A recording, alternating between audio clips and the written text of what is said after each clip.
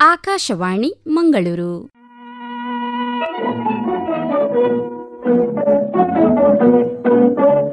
ಯುವವಾಣಿ. ಯುವ ಕೇಳುಗರಿಗೆ ವಂದನೆಗಳು ಹಾಗೂ ಇಂದಿನ ಕಾರ್ಯಕ್ರಮಕ್ಕೆ ಆತ್ಮೀಯ ಸ್ವಾಗತ.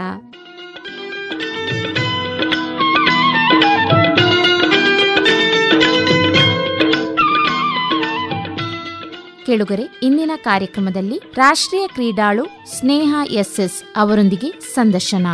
ಇವರು 2023 ಗೋವಾದಲ್ಲಿ ನಡೆದ ರಾಷ್ಟ್ರೀಯ ಕ್ರೀಡಾಕೂಟದಲ್ಲಿ 100 ಮೀಟರ್ನಲ್ಲಿ ಚಿನ್ನದ ಪದಕ ಹಾಗೂ 4x100 ಮೀಟರ್ ರಿಲೇಯಲ್ಲಿ ಕಂಚಿನ ಪದಕ, 2023 ಬೆಂಗಳೂರಿನಲ್ಲಿ ನಡೆದ ರಾಷ್ಟ್ರೀಯ ಮುಕ್ತ ಅಥ್ಲೆಟಿಕ್ ಕ್ರೀಡಾಕೂಟದಲ್ಲಿ 100 ಮೀಟರ್ನಲ್ಲಿ ಬೆಳ್ಳಿಯ ಪದಕ, 2023 ಮೈಸೂರಿನಲ್ಲಿ ದಸರಾ ಮುಖ್ಯಮಂತ್ರಿ ಕಪ್ ಕ್ರೀಡಾಕೂಟದಲ್ಲಿ ನಡೆದ 100 ಮೀಟರ್ನಲ್ಲಿ ಚಿನ್ನದ ಪದಕ, ತಮಿಳುನಾಡಿನಲ್ಲಿ ನಡೆದ ಅಖಿಲ ಭಾರತ ಅಂತರ್ ವಿಶ್ವವಿದ್ಯಾಲಯ ಕ್ರೀಡಾಕೂಟದಲ್ಲಿ 100 ಮೀಟರ್ನಲ್ಲಿ ಬೆಳ್ಳಿಯ ಪದಕ ಹಾಗೂ 4x100 ರಿಲೇಯಲ್ಲಿ ಬೆಳ್ಳಿಯ ಪದಕ, ಚೆನ್ನೈನಲ್ಲಿ ನಡೆದ ದಕ್ಷಿಣ ವಲಯ ಅಥ್ಲೆಟಿಕ್ ಕ್ರೀಡಾಕೂಟದಲ್ಲಿ 100 ಮೀಟರ್ನಲ್ಲಿ ಬೆಳ್ಳಿಯ ಪದಕ ಹಾಗೂ 4x100 ರಿಲೇಯಲ್ಲಿ ಚಿನ್ನದ ಪದಕವನ್ನು ಗೆದ್ದಿದ್ದಾರೆ.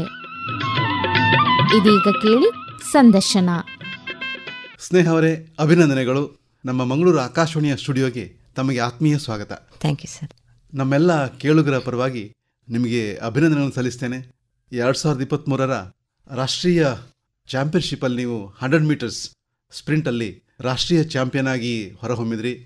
ಅಭಿನಂದನೆಗಳು. ಧನ್ಯವಾದ.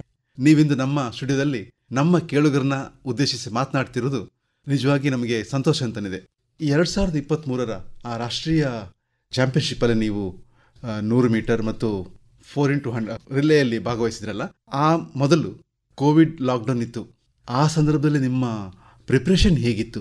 ಗೊತ್ತಿರಲಿಲ್ಲ ಅಲ್ಲ ಈ ಥರ ಒಂದು ಸಿಚುವೇಶನ್ ಬರುತ್ತೆ ಅಂತ. ಅದಕ್ಕೂ ಮುಂಚೆನೇ ತುಂಬ ನ್ಯಾಷನಲ್ಸ್ಗೆ ರೆಡಿಯಾಗಿ ಫಾರ್ಮ್ಗೆ ಬಂದಿದ್ದ ಟೈಮಲ್ಲಿ ಲಾಕ್ಡೌನ್ ಆಯಿತು, ಕೊರೋನಾ. ಸೊ ಅವಾಗ ಕೇರಳದಲ್ಲಿ ಲಾಕ್ ಆಗಿಬಿಟ್ಟೆ ನಾನು. ಸೊ ಹೇಗೋ ಕಷ್ಟಪಟ್ಟು ಮನೆಗೆ ಬರೋದೇ ಅವಾಗ ಒಂದು ಪ್ರಾಕ್ಟೀಸ್ ಮಾಡ್ದೆ, ಅಂದರೆ ಒಂದು ಕಾಂಪಿಟೇಷನ್ ಮಾಡ್ದಂಗೆ ಆಗೋಗಿತ್ತು ನನಗೆ. ಸೊ ಮನೆಗೆ ಹೆಂಗೋ ಬಂದು ರೀಚ್ ಆಗಿ, ಬಟ್ ಮನೇಲಿ ಫೆಸಿಲಿಟೀಸ್ ಏನೂ ಇಲ್ಲ. ಅಂದರೆ ನಮ್ದು ರೂರಲ್ ಏರಿಯಾ, ಅಗ್ರಿಕಲ್ಚರ್ ಫ್ಯಾಮಿಲಿ, ಏನಿಲ್ಲ ಅಂದ್ರೂ ನಮ್ಮ ಅಪ್ಪ ತುಂಬ ಹೆಲ್ಪ್ ಮಾಡೋರು. ಈ ಪುಲ್ಅಪ್ಸ್ ಎಲ್ಲ ಮಾಡಲಿಕ್ಕೆ ಮರದ್ದು ತುಂಡೆಲ್ಲ ಮಾಡಿ ಅಂದು ಮಾಡಿಕೊಟ್ಟಿರೋದು, ಅದರಲ್ಲೇ ಪ್ರಾಕ್ಟೀಸ್ ಮಾಡ್ತಾ.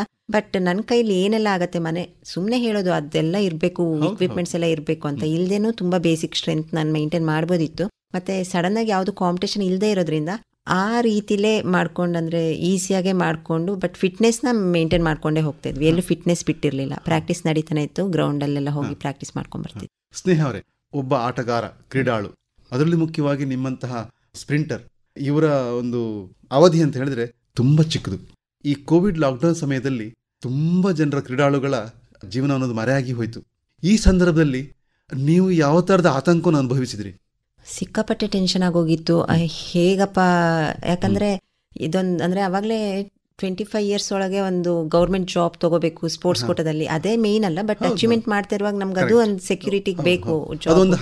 ಹೌದು, ಜಾಬ್ ಇದ್ರೇನೆ ನಮ್ಗೆ ಸ್ವಲ್ಪ ಪುಷ್ ಆಗಕ್ಕೆ, ಫ್ಯಾಮಿಲಿಯಿಂದ ಹೆಲ್ಪ್ ಸಿಗತ್ತೆ. ಸೊ ಸಡನ್ ಆಗಿ ಆಲ್ ಆಫ್ ಸಡನ್ ಹಿಂಗೊಂದು ಲಾಕ್ಡೌನ್ ಆಯಿತು. ಯಾರು ಯಾರ ಹತ್ರನೂ ಮಾತಾಡ್ಲಿಕ್ಕಿಲ್ಲ, ಕಾಂಪಿಟೇಷನ್ ಮಾಡ್ಲಿಕ್ಕಿಲ್ಲ, ಗ್ರೌಂಡಿಗೆ ಹೋಗ್ಲಿಕ್ಕಿಲ್ಲ ಅಂದಾಗ ಫುಲ್ ಟೆನ್ಷನ್ ಆಗುತ್ತೆ. ಏನು ಗೊತ್ತಿಲ್ಲ ಏನ್ ಆಗುತ್ತೆ ಮುಂದೆ, ಇನ್ನೂ 2 ವರ್ಷ ಹಿಂಗೆ ಹೋಗುತ್ತೋ ಅಥವಾ 10 ಡೇಸ್ಗೆ ಮುಗ್ದೋಗುತ್ತೋ, ಏನೂ ಗೊತ್ತಿರಲಿಲ್ಲ. So full question mark. ತುಂಬ ಫಸ್ಟ್ ಎಲ್ಲ ಸ್ಟಾರ್ಟಿಂಗ್ ಫುಲ್ ಟೆನ್ಷನ್ ಆಗಿ ಇತ್ತು. ಬಟ್ ನಮ್ಗೆ ಅದನ್ನ ಕಂಟ್ರೋಲ್ ಮಾಡೋಕ್ಕಾಗಲ್ಲ, ನಮ್ಗೆ ಏನು ಇಲ್ವಲ್ಲ ನಮ್ಮ ಕೈಯಲ್ಲಿ ಇರೋದು ಫಿಟ್ನೆಸ್ ಮೇಂಟೈನ್ ಮಾಡ್ಲಿಕ್ಕೆ ಅಷ್ಟೇ. ನನ್ನ ಕಡೆಯಿಂದ ಏನು ಮಾಡಬೇಕು ಅದನ್ನ ನಾನು ಮಾಡ್ತಾ ಇದ್ದೆ. ಮತ್ತೆ ಬಾಕಿ ಉಳಿದಿದ್ದೆಲ್ಲ ಯೂನಿವರ್ಸ್ಗೆ, ದೇವ್ರಿಗೆ ಬಿಟ್ಟಿದ್ದು. ಸೊ ಅದು ಹೆಂಗಾದ್ರೂ ಆಗಲಿ, ನಂದು ಮೇಂಟೈನ್, ನಾನೇನಿತ್ತು ಫಿಟ್ನೆಸ್ ಅದನ್ನ ಮೇಂಟೈನ್ ಮಾಡಿ. 2023 ರಾಷ್ಟ್ರೀಯ ಚಾಂಪಿಯನ್ಶಿಪ್ ಆಗುವ ಮೊದಲು ನೀವು ಕೇರಳದಲ್ಲಿದ್ರಿ ಅಂತ ಹೇಳಿದ್ರಿ. ಯಾವ ಕಾರಣಕ್ಕೆ ನೀವು ಕೇರಳಕ್ಕೆ ಹೋಗಬೇಕಾಯ್ತು?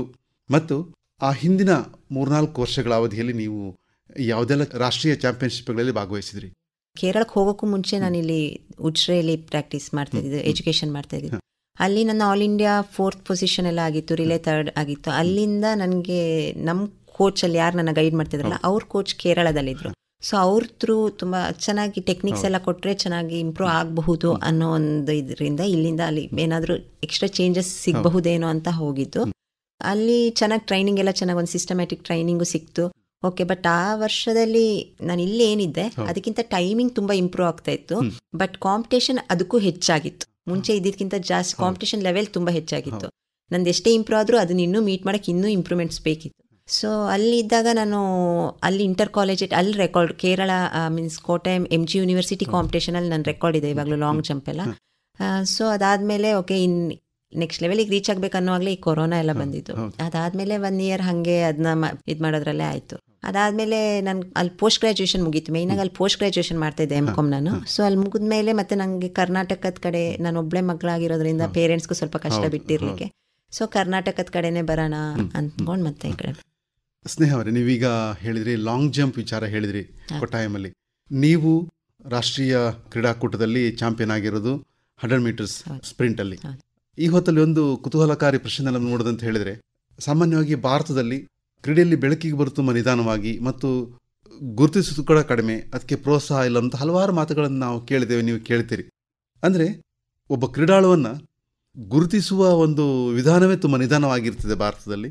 ಇನ್ನೊಂದು ಅದರ ಮುಂದಿನ ಹಂತ ಅಂತ ಹೇಳಿದ್ರೆ, ಒಬ್ಬ ಕ್ರೀಡಾಳುವಿಗೆ ತನ್ನ ಇವೆಂಟ್ ಯಾವುದು ಅಂತ ಒಂದು ಕಡೆಗೊಂದು ನಿರ್ಧಾರಕ್ಕೆ ಬರಲಿಕ್ಕೆ ಕೂಡ ಸಮಯ ತಗೊಳ್ತದೆ. ಈ ಕಾರಣದಿಂದಾಗಿ ಈಗ ನೀವು ಲಾಂಗ್ ಜಂಪ್ ಹೇಳಿದ್ರಿ, 100 ಮೀಟರ್ಸ್ ಸ್ಪ್ರಿಂಟ್, ನೀವು ಯಾವ ಹಂತದಲ್ಲಿ ನನ್ನ ಇವೆಂಟ್ ಇದು, ನನ್ನ ಆದ್ಯತೆ 100 ಮೀಟರ್ಸ್ ಸ್ಪ್ರಿಂಟ್ ಅದನ್ನು ಆಯ್ಕೆ ಮಾಡ್ಕೊಂಡ್ರಿ, ಮತ್ತು ಮೊದಲು ಯಾವುದೆಲ್ಲ ಕ್ರೀಡೆಯಲ್ಲಿ ನೀವು ಭಾಗವಹಿಸ್ತಾ ಇದ್ರಿ? ಅಂದರೆ ಈಗ ಒಂದು ಹೈಸ್ಕೂಲ್ ಲೆವೆಲಲ್ಲಿ ಇರುವಾಗ ನಮ್ಗೆ ಹೀಗೆ ಪರ್ಟಿಕ್ಯುಲರ್ ಒಂದು ಇರಬೇಕು, ಇದರಲ್ಲಿ ಈ ಥರ ಅಚೀವ್ಮೆಂಟ್ ಮಾಡಬೇಕು ಅನ್ನೋದೊಂದು ಇರಲಿಲ್ಲ. ಫಸ್ಟ್ ಸ್ಟ್ಯಾಂಡರ್ಡಿಂದ ತೊಗೊಂಡು ನಾವೇನಿದ್ರು ಕಾಂಪೀಟ್ ಮಾಡಬೇಕು, ಪ್ರೈಸ್ ಬರಬೇಕು, ಫಸ್ಟ್ ಬರಬೇಕು ಅದು ಅಷ್ಟೇ ಮೈಂಡಲ್ಲಿ. ಸೊ ಹಾಗೆ ಹೋಗೋದು. ಮತ್ತೆ ಡಿಸ್ಕಸ್ ಶಾರ್ಟ್ ಪುಟ್ ಎಲ್ಲ ಮಾಡಿದ್ದಿದೆ ಹೈಸ್ಕೂಲಲ್ಲಿ ಇರುವಾಗ. ಹೈಸ್ಕೂಲಲ್ಲಿ ಸ್ಟೇಟ್ ಮೆಡಲ್ ಆಗಿದ್ದು ಲಾಂಗ್ ಜಂಪಲ್ಲಿ.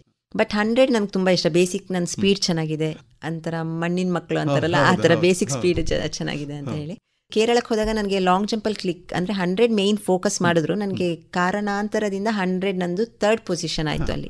ಬಟ್ ಸೆಲೆಕ್ಷನ್ ಸಿಕ್ಕಿಲ್ಲ ನನಗೆ, ರಿಲೇಗೆ ಸಿಕ್ತು ಬಿಟ್ಟರೆ ಇಂಡಿವಿಜುವಲ್. ಬಟ್ ಆಸೆ ಇದೆ ಹೋಗಬೇಕು ಅಂತ, ನನಗೆ ಈವೆಂಟಿಗೆ ಸಿಕ್ಕಿಲ್ಲ. ಲಾಂಗ್ ಜಂಪ್ ನಾನು ಫೋಕಸ್ ಮಾಡಲಿಲ್ಲ ಆ್ಯಕ್ಚುಲಿ.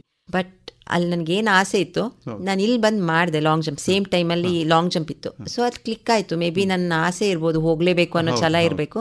ನಾನು ಪ್ರಾಕ್ಟೀಸ್ ಮಾಡಿರಲಿಲ್ಲ ಅಂದರೂ ನಾನು ಅದರಲ್ಲಿ ಜಂಪ್ ಚೆನ್ನಾಗಿ ಮಾಡಿದೆ. ಲಾಂಗ್ ಜಂಪಲ್ಲಿ ಎಂಟ್ರಿ ಸಿಕ್ತು. ಸೊ ಲಾಂಗ್ ಜಂಪಲ್ಲಿ ಎಂಟ್ರಿ ಸಿಕ್ತು, 100ಅಲ್ಲಿ ಸಿಕ್ಕಲಿಲ್ಲ. ಸೊ 100ನ ಸ್ವಲ್ಪ ಆ ಸಮಯಕ್ಕೆ ಸೈಡಿಗೆ ಇಡಲೇಬೇಕಾಯಿತು. ಲಾಂಗ್ ಜಂಪ್ ಮಾತ್ರ ಫೋಕಸ್ ಮಾಡಬೇಕಾಗಿ ಬಂತು. ಸೊ ಹಾಗೆ ಲಾಂಗ್ ಜಂಪ್ ಮಾಡ್ಕೊಂಡು ಹೋಗಿದ್ದು. ಬಟ್ ನನ್ನ ಮೇಯ್ನ್ ಏನಿದ್ರು 100 ಇತ್ತು. ಅದಕ್ಕೆ ಚೆನ್ನಾಗಿ ನಾನು ಸ್ವಲ್ಪ ಇನ್ನೂ ಪ್ರಾಕ್ಟೀಸ್ ಚೆನ್ನಾಗಿ ಮಾಡಿದರೆ ಆವಾಗಲೇ ಮಾಡ್ಬೋದಿತ್ತು ಅದು. ಇವಾಗ ಲಾಂಗ್ ಜಂಪ್ ಅಂದರೆ ಇನ್ನೂ ನಮ್ಗೆ ಟೆಕ್ನಿಕ್ ಚೆನ್ನಾಗಿ ಬೇಕಾಗುತ್ತೆ. ನಂದೊಂದು ಆ್ಯಂಕಲ್ ಇಂಜುರಿ ಆಗಿತ್ತು ಮಿಡಲಲ್ಲಿ. ಸೊ ಟೇಕ್ ಆಫ್ ಲಾಂಗ್ ಜಂಪಲ್ಲಿ ಏನು ಟೇಕ್ ಆಫ್ ಹೊಡಿತೀವಲ್ಲ ಆವಾಗ ಲೆಗ್ ಪೇಯ್ನ್ ಜಾಸ್ತಿ ಆಗುತ್ತೆ ಅಂತ ಬೇರೆ ಯಾವುದೂ ಮಾಡೋಕ್ಕಾಗಲ್ಲ, ಇಂಜುರಿ ಆಗಿಬಿಡುತ್ತೆ ಅಂತ ಹೇಳಿ ಅದನ್ನ ಅಲ್ಲಿಗೆ ಬಿಟ್ಟು 100 ಮಾಡಿ.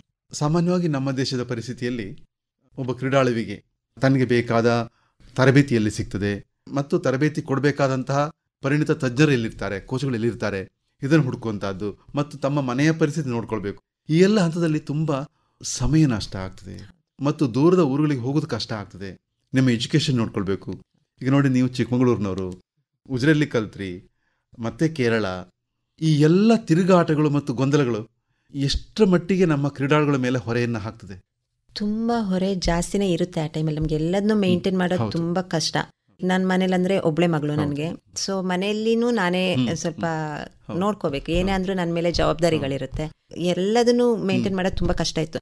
ಬಟ್ ಎಲ್ಲದಕ್ಕೂ ಮೀರಿ ನನಗೊಂದು ಆಸೆ ಇತ್ತು. ಅಂದರೆ ನನಗೊಂದು ನ್ಯಾಷನಲ್ಸ್ ಮೆಡಲ್ ಮಾಡಬೇಕು, ಅದ್ರ ಮೇಲೆ ಜಾಬ್ ತೊಗೋಬೇಕು ಅಂತ. ನನ್ನ ಎಜುಕೇಷನಲ್ಲೂ 92% ಎಲ್ಲ ಇತ್ತು ನನ್ನ second PUC. But corporate sector ಆ ಕಡೆ ಹೋಗೋದು ನನಗೆ ಇಷ್ಟ ಇಲ್ಲ. ಇದೇನೋ ಪ್ಯಾಷನ್ ಅಂತಾರಲ್ಲ ಆ ಥರ. ಸೊ ಇದೆಲ್ಲದಕ್ಕೂ ಮೀರಿ ಒಂದು ಆಸೆ ಇದ್ದಿದ್ದರಿಂದ ನಾನು ಎಲ್ಲ ರಿಸ್ಕ್ನ ತೊಗೊಂಡೆ. ಎಲ್ಲೇ ಏನೋ ಕಷ್ಟಪಟ್ಟರೆ ಏನೋ ಸಿಗತ್ತೆ ಅನ್ನೋದನ್ನ ನಾನು ತುಂಬ ಬಲವಾಗಿ ನಂಬ್ಕೊಂಡ್ಬಿಟ್ಟಿದ್ದೆ. ಸಿಗತ್ತೆ, ನಾನು ಪಟ್ಟಿರೋ ಕಷ್ಟಕ್ಕೆ ರಿಸಲ್ಟ್ ಸಿಗತ್ತೆ ಅಂತ. ಸೊ ಸಿಗಲಿಲ್ಲ ಅಂದರೂ ಸಿಗುವಂಗೆ ಮಾಡಿಕೊಂಡು, ಅಂದರೆ ಮತ್ತೆ ಎಲ್ಲಿ ತಪ್ಪಾಗಿದೆ ಮತ್ತೆ ಅಲ್ಲಿಗೆ ಹೋಗಿ ಓಕೆ ಅದು ಹಂಗಲ್ಲ ಹಿಂಗೆ. ಸೊ ಸುಮಾರು ವರ್ಷ ವೇಸ್ಟ್ ಆಗುತ್ತೆ. ಬಟ್ ಏನು ಮಾಡೋಕ್ಕಾಗಲ್ಲ. ಈಗ ಯಾರಾದರೂ ಗೈಡೆನ್ಸ್ ಇದ್ದರೆ, ಈಗ ನಮ್ಮ ಅಪ್ಪ ಅಮ್ಮ ಯಾರಾದರೂ ಸ್ಪೋರ್ಟ್ಸ್ ಮ್ಯಾನ್ ಆಗಿದ್ರೆ, ಫ್ಯಾಮಿಲಿಲಿ ಅಕ್ಕ ಅಣ್ಣ ಸ್ಪೋರ್ಟ್ಸ್ ಮ್ಯಾನ್ ಆಗಿದ್ರೆ, ನಮ್ಗೊಂದು ಕರೆಕ್ಟಾಗಿ ಒಂದು ಗೊತ್ತಾಗ್ಬಿಡುತ್ತೆ ಹಿಂಗೆ ಹೋದರೆ ಸಿಕ್ಬಿಡುತ್ತೆ ಅಂತ. ನಾವೇ ದಾರಿ ಹುಡ್ಕೊಂಡು ನೀವು ಹೇಳ್ದಂಗೆ ನಾವೇ ಅಲ್ಲಿ ಇಲ್ಲಿ ಎಲ್ಲ ಹೋಗಿ ತೊಗೊಬೇಕಾದ್ರೆ ಟೈಮ್ ಹಿಡಿಯುತ್ತೆ.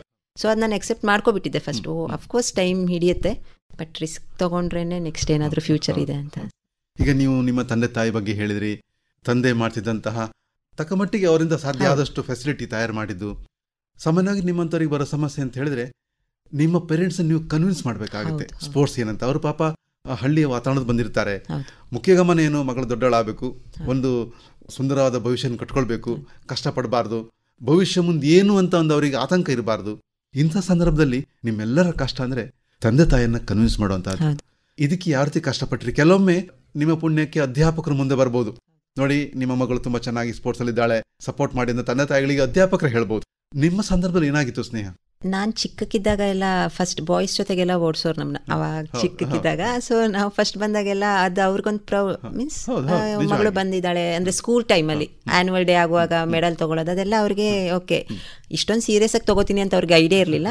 ಅವರು ಕ್ಲಾಪ್ ಹೊಡೆಯೋರು. ನಮ್ಮ ಅಪ್ಪ ದೊಡ್ಡಪ್ಪ, ಅಪ್ಪ ನನ್ನ ಇವರಿಬ್ರಿಗೆ ತುಂಬ ಅದ್ರ ಮೇಲೆ ಇಂಟ್ರೆಸ್ಟ್ ಇತ್ತು.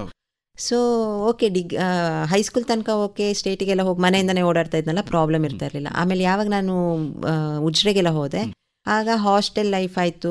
ನಮ್ಮ ದೊಡ್ಡಪ್ಪ ಎಕ್ಸ್ಪೈರ್ಡ್ ಆದರು. ಅದಾದಮೇಲೆ ಅಪ್ಪಂಗೆ ಸ್ವಲ್ಪ ಮನೆ ಕಡೆನೂ ಇರಬೇಕು ಅಂತ. ಬಟ್ ಅಪ್ಪ ಯಾವಾಗಲೂ ನನಗೆ ಸಪೋರ್ಟಿವ್ ಆಗೇ ಇದ್ರು. ನೀನು ಏನು ಮಾಡ್ತೀಯ ಮಾಡು, ಹೋಗು, ಕ್ಯಾರೆಕ್ಟರ್ನ ಮೇಂಟೈನ್ ಮಾಡಬೇಕು, ಒಳ್ಳೆ ಕ್ಯಾರೆಕ್ಟರ್ನ ಕೈಲಿ ಇಟ್ಕೊಂಡು ನಿನ್ನ ಕನಸನ್ನ ಬೇಕಾದ್ರೆ ರೀಚ್ ಆಗೋಂತ. ಬಟ್ ಅಮ್ಮಗೆ ಹೆಣ್ಮಕ್ಳನ್ನ ಹೊರಗೆ ಬಿಡೋದು ಅಂದರೆ ತುಂಬಾ ಭಯ. ಅವ್ರನ್ನ ಕನ್ವಿನ್ಸ್ ಮಾಡೋದೇ ನನಗೆ ದೊಡ್ಡದೊಂದು ತಲೆನೋವಾಗಿತ್ತು. ಊರಲ್ಲೆಲ್ಲ ಹೋದಾಗ ನಮ್ಮದು ಇರ್ತಾರಲ್ಲ ಅಕ್ಕಪಕ್ಕ ಮನೆಯವರು, ಯಾಕೆ ಮಗಳು ಅಲ್ಲಿ ಹೋದ್ಲಾ, ಪ್ರಾಕ್ಟೀಸ್ ಮಾಡ್ತಾಳ, ಯಾಕೆ ಕಷ್ಟಪಡಬೇಕು, ಮತ್ತೆ ಈ ವೇನ್ಸ್ ಎಲ್ಲ ನೋಡಿದ್ರೆ ಕೈಯಲ್ಲಿ ನಾವು ಸ್ಪೋರ್ಟ್ಸ್ ಮೆನ್ಸ್, ನಮ್ಮಮ್ಮಗೆ ಯಾಕೆ ಇಷ್ಟು ಕಷ್ಟಪಡಬೇಕು, ಒಬ್ಳೆ ಮಗಳಲ್ಲ, ಅಷ್ಟೆಲ್ಲ ಬೇಡ, ಇಲ್ಲೇ ಇರೋ ಅಂತ. ಸೊ ನಮ್ಮ ಕನಸು ಏನು ಅಂತ ಅವ್ರಿಗೆ ಹೇಳಿದ್ರೆ ಅವ್ರು ನೀಟಾಗಿ ಅರ್ಥ ಮಾಡ್ಕೋತಾರೆ.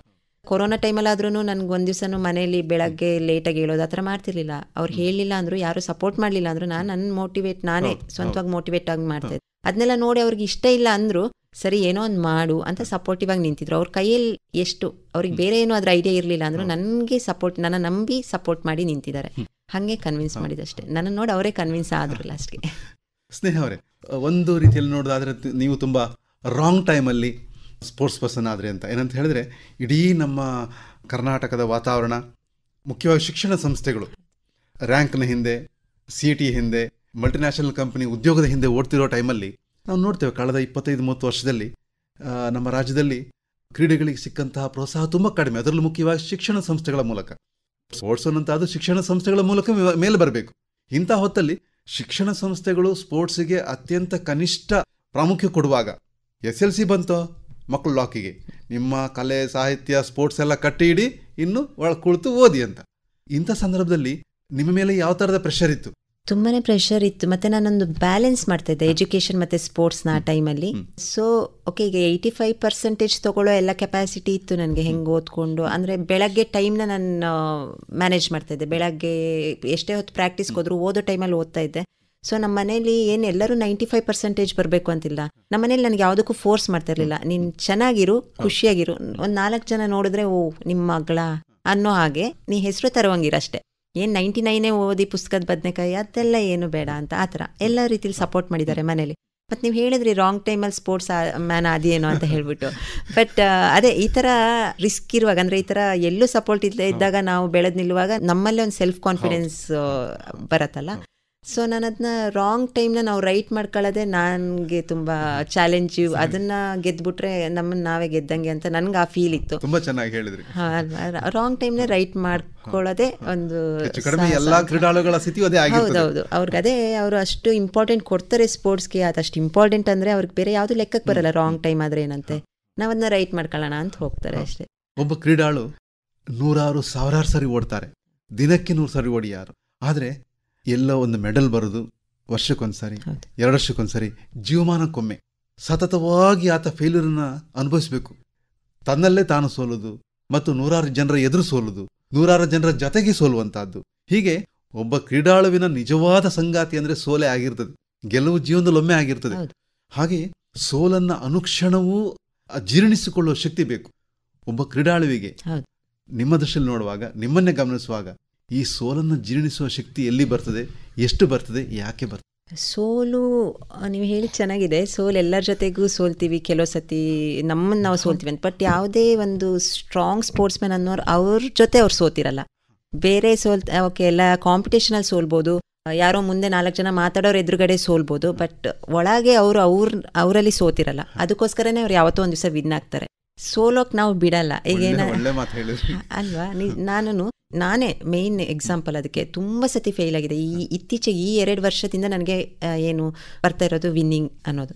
ಮುಂಚೆಲ್ಲ ತುಂಬ ಸೋಲ್ತಾ ಇದೆ. ಬಟ್ ಆದ್ರೂ ಅದೆಲ್ಲ ಟೈಮಲ್ಲೂ ಯಾರು ಸಪೋರ್ಟ್ ಕೆಲವು ಸತಿ ಇರಲಿಲ್ಲ ಅಂದ್ರೂ ಒಬ್ಬಳೇ ಹತ್ತಿದ್ದೀನಿ, ಒಬ್ಳೆ ಅದೇ ಹುಚ್ಚಿ ಆಗ್ತಾರಲ್ಲ, ಇಲ್ಲ ಬೇಕು ಅಂದರೆ ಬೇಕು ಅಷ್ಟೇ. ಸೋತಂಗೂ ಮತ್ತು ಗಟ್ಟಿ ಆಗ್ತೀವಿ. ಆಮೇಲೆ ಹೆಂಗೆ ಅಂದರೆ ಒಂದು ಪಾಯಿಂಟ್ ಆಫ್ ಟೈಮ್ಗೆ ಎಷ್ಟು ಸರಿ ಸೋತಿದ್ದೀವಿ ಅದೆಲ್ಲ ಲೆಕ್ಕನೇ ಇಲ್ಲ.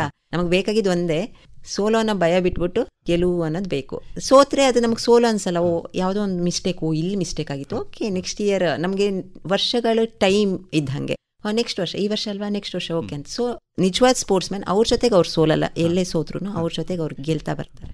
ಇದೇ ಕಾರಣಕ್ಕ ಒಬ್ಬ ಸ್ಪೋರ್ಟ್ಸ್ ಪರ್ಸನ್ ಇನ್ನೊಬ್ಬ ಗೆದ್ದಾಗ ಕೂಡ ಕ್ಲಾಪ್ ಹೊಡಿತಾನೆ. ಹೌದು, ಅದೇ ಸ್ಪೋರ್ಟ್ಸ್ ಮ್ಯಾನ್, ನಿಜವಾದ ಸ್ಪೋರ್ಟ್ಸ್ ಮ್ಯಾನ್ ಹಾಗೆ ಇರ್ತಾರೆ. ಈಗ ಗೊತ್ತಿರತ್ತೆ ಅವರಿಗೆ ಯಾವ ಕಷ್ಟಪಟ್ಟಿರ್ತೀವಿ ಅಂತ. ಇನ್ನೊಬ್ರು ಗೆದ್ದಾಗ ನಾವು ಸೋತಿದೀವಿ ಅನ್ನೋ ಬೇಜಾರು ಇರ್ಬೋದು, ಬಟ್ ಅವ್ರು ಗೆದ್ದಿದಾರಲ್ಲ ಅನ್ನೋ ಬೇಜಾರು ಯಾವತ್ತೂ ಇರಲ್ಲ. ಯಾಕಂದ್ರೆ ನಾವೇನ್ ಕಷ್ಟಪಟ್ಟಿರ್ತೀವೋ ಅವರು ಸೇಮ್ ಕಷ್ಟಪಟ್ಟಿರ್ತಾರೆ. ಎಲ್ಲೋ ಅದೇ 100 ಮೀಟರ್ಸ್ ಅಂತಂದ್ರೆ ಸೇಮ್ ವರ್ಕೌಟ್ ಮಾಡಿರ್ತೀವಿ, ಎಲ್ಲ ಮಾಡಿರ್ತೀವಿ. ಸೊ ಆ 11 ಸೆಕೆಂಡ್ ಓಡೋದ್ರಲ್ಲಿ ಅವ್ರ ಮೈಂಡ್ ಸೆಟ್ ಹೇಗಿರುತ್ತೆ ಅನ್ನೋದು. ಸೊ ಅದನ್ನ ನಾನು ವೀಕ್ ಆದ್ರೆ ಅವ್ರು ಅದ್ರಲ್ಲಿ ವಿನ್ ಆಗಿದ್ದಾರೆ, ಅದರಲ್ಲಿ ಖುಷಿ ಪಡೋದೇ ಇದೆ. ಮತ್ತೆ ನೆಕ್ಸ್ಟ್ ನಾವು ಆ ಪಾಸಿಟಿವ್ ಪಾಯಿಂಟ್ನ ತಗೊಂಡು ಗ್ರೋ ಆಗಕ್ಕೆ ಇದು ಮಾಡ್ತೀವಿ. ಬಿಟ್ರೆ ನಿಜವಾದ ಸ್ಪೋರ್ಟ್ಸ್ ತುಂಬಾ ಜನಕ್ಕೆ ಇರುತ್ತೆ, ಅವಳಿಗೆ ಎದ್ಬಿಟ್ಲಲ್ಲ ಅಯ್ಯಪ್ಪ, ಅದ್ರ ಅಂಥದ್ದೇನೂ ಇರಲ್ಲ. ನಿಜವಾದ ಸ್ಪೋರ್ಟ್ಸ್ ಪರ್ಸನ್ ಹೇಗಿರ್ತಾರೆ ಅಂತಂದ್ರೆ ಅವರಿಗೆ ನೋಡಿ ಕ್ಲಾಪ್ ಹೊಡಿತಾರೆ ಬೇರೆಯವ್ರನ್ನ. ಸ್ನೇಹ ಅವರೇ, ಈಗ ನೀವು ಸಾಮಾನ್ಯ 8-9ನೇ ಕ್ಲಾಸಿಂದ ನೀವು ನಿಮ್ಮ ಸ್ಪೋರ್ಟಿಂಗ್ ಜರ್ನಿ ಶುರು ಮಾಡಿದ್ರಿ. ಮಹತ್ವಾಕಾಂಕ್ಷೆ ಇದ್ದಾಗ ನಿಧಾನವಾಗಿ ನಮ್ಮ ಇವೆಂಟ್ ಯಾವುದು ಅನ್ನೋದೊಂದು ಕ್ರಿಸ್ಟಲೈಸ್ ಆಗ್ತಾ ಬರ್ತದೆ. ಅಂದಿಂದ ಇಲ್ಲಿನ ತನಕ ಸಾಮಾನ್ಯ 7-8ನೇ ತರಗತಿಯಿಂದ ಈಗ ನಿಮ್ಮದು ಪೋಸ್ಟ್ ಗ್ರಾಜ್ಯುಯೇಷನ್ ಆಗಿ ಸ್ಪೋರ್ಟ್ಸ್ ಕೋಟಾದಲ್ಲಿ ಕೇಂದ್ರ ಸರ್ಕಾರದ ಉದ್ಯೋಗಕ್ಕೆ ಸೇರಿದಿರಿ ನೀವು. ಈ ಒಂದು 10 ವರ್ಷಗಳ ಅವಧಿ ನೋಡುವಾಗ ನಿಮ್ಮ ಆ ಜರ್ನಿ ಹೇಗೆ ಸಾಗ್ತಾ ಬಂತು? ತುಂಬ ಕಾನ್ಷಿಯಸ್ ಆದಂತಹ ಪ್ರಯತ್ನದಿಂದ ಯಾವ್ಯಾವ ಐಟಮ್ ಬಿಡ್ತಾ ಬಂದ್ರಿ, ಯಾವ್ದು ಆಯ್ಕೆ ಮಾಡ್ಕೊಂಡ್ರಿ, ಇದೆಲ್ಲದರಲ್ಲಿ ಎಷ್ಟು ಪ್ರಜ್ಞಾಪೂರ್ವಕವಾಗಿ ಮಾಡಿದ್ರಿ ಅಥವಾ ಅನಿವಾರ್ಯ ಆಗ್ತಾ ಬಂತು? ಓಕೆ, ನನಗೆ ಹೇಳಿದಾಗೆ ಈವೆಂಟಲ್ಲಿ ಸ್ವಲ್ಪ ಫಸ್ಟಿಗೆ ಆಚೆ ಲಾಂಗ್ ಜಂಪ್ 100 ಆ ಥರದೊಂದು ಇತ್ತು. ಬಟ್ ಅದೇ ಈಗ ಆ್ಯಂಕಲ್ ಇಂಜುರಿ ಆಗಕ್ಕೆ ಹೋಗಿ ನನಗೊಂದು ಕನ್ಫರ್ಮ್ ಆಯಿತು, ಸೊ ಲಾಂಗ್ ಜಂಪ್ ಬೇಡ, ಸೈಡಿಗೆ ಸದ್ಯಕ್ಕೆ ಸೈಡಿಗಿಡು, 100 ಇಂಪಾರ್ಟೆಂಟ್ ಅನ್ನೋದದು. ಆಮೇಲೆ ಎಜುಕೇಷನ್ನು ಇದು 2 ಕಂಟಿನ್ಯೂ ಮೇಂಟೈನ್ ಮಾಡ್ಕೊಂಬರುವಾಗ ಫುಲ್ ಫೋಕಸ್ ಇದ್ರ ಮೇಲೆ ಕೊಡೋಕೆ ಆಗ್ತಾ ಇರಲಿಲ್ಲ. ಕೊಡಬೇಕಂದ್ರೂ ನಮ್ಮ ಎಜುಕೇಷನ್ ಬಿಡ್ಲಿಕ್ಕೆ ಆಗೋದೇ ಇಲ್ಲ. ನಾವೇನೇ ಸ್ಪೋರ್ಟ್ಸ್ ಮಾಡಿದ್ರು ಏನು ಇದಿರಬೇಕು ಅಂದರೆ ಬ್ಯಾಕ್ ಬೋನ್ ಥರ ಎಜುಕೇಷನ್ ಇರಲೇಬೇಕು ನಮಗೆ. ಸೊ ನನಗೆ ಅದೊಂದು ದೇವರ ದಯೆಯಿಂದ ಆ ಥರ ಯೋಚನೆ ಮಾಡೋ ಒಂದು ಬುದ್ಧಿಶಕ್ತಿ ಇತ್ತು. ಸೊ 2 ಮೇಂಟೈನ್ ಮಾಡ್ಕೊಂಬರ್ತಿದ್ದೆ. ಇಲ್ಲಿ ನಾನು ಪೋಸ್ಟ್ ಗ್ರಾಜ್ಯುಯೇಷನ್ ಕಂಪ್ಲೀಟ್ ಆಯಿತು, ಬುಕ್ ಎಲ್ಲ ತೆಗೆದು ಸೈಡಿಗೆ ಇಟ್ಬಿಟ್ಟೆ.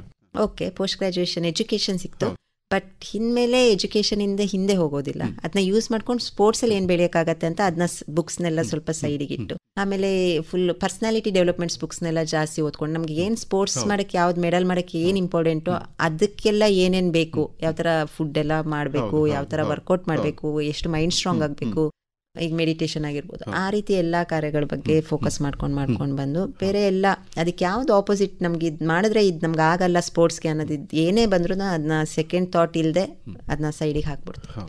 ಮುಖ್ಯವಾಗಿ 2 ಧಾರೆಗಳಲ್ಲಿ ನೀವು ಸ್ಪೋರ್ಟ್ಸಿಂಗ್ ಇವೆಂಟ್ಗಳಲ್ಲಿ ಭಾಗವಹಿಸ್ಬೋದು. ಒಂದು ಈಗ ಶಿಕ್ಷಣ ಕ್ಷೇತ್ರದ ಮೂಲಕ ಈಗ ಯೂನಿವರ್ಸಿಟಿ ಲೆವೆಲಲ್ಲಿ ನೀವು ಮಾಡಿದಿರಿ, ಇನ್ನೊಂದು ಮುಕ್ತ ರಂಗದಲ್ಲಿ. ಇವೆರಡನ್ನೂ ಹೇಗೆ ಬ್ಯಾಲೆನ್ಸ್ ಮಾಡಿದ್ರಿ? ಅದೇ ಅಡ್ಮಿಷನ್ ಇರೋ ತನಕ, ಅಂದರೆ ಈಗ ನಾವು ಎಜುಕೇಷನ್ ಸಿಸ್ಟಮಲ್ಲಿ ಇರೋ ತನಕ ಯೂನಿವರ್ಸಿಟಿ ಲೆವೆಲಲ್ಲೇ ಹೋಗ್ತಾ ಇದ್ವಿ.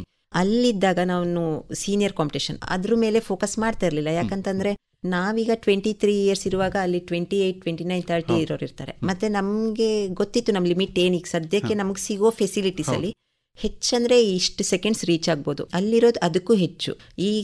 ಈ ಸೆಕೆಂಡ್ಸ್ ರೀಚ್ ಆಗಿ ಈ ಸ್ಟೆಪ್ ಹತ್ತದ ಮೇಲೆ ಅಲ್ಲಿಗೆ ಹೋಗ್ಲಿಕ್ಕಾಗತ್ತೆ. ಅದನ್ನ ಹುಡ್ಕೋ ಮೀನ್ಸ್ ಈಗ ಅದನ್ನೇ ನಾನು ಮೇಯ್ನಾಗಿ ಮಾಡ್ಕೊಂಡು ಹೋಗ್ತೀನಿ ಅಂದರೆ ಇದನ್ನೆಲ್ಲ ನಾನು ನೋಡಬಾರ್ದು. ಸೊ ನಮ್ಗೆ ಹಂಗೆ ಮಾಡೋಕ್ಕಾಗಲ್ಲ. ಇಲ್ಲೆಲ್ಲ ಚಿಕ್ಕದ್ರಲ್ಲಿ ಮೆಡ್ಲು ಬಂದ್ರೇ ಆ ಕಾನ್ಫಿಡೆನ್ಸ್ ನಮಗೆ ಗ್ರೋ ಆಗೋದು.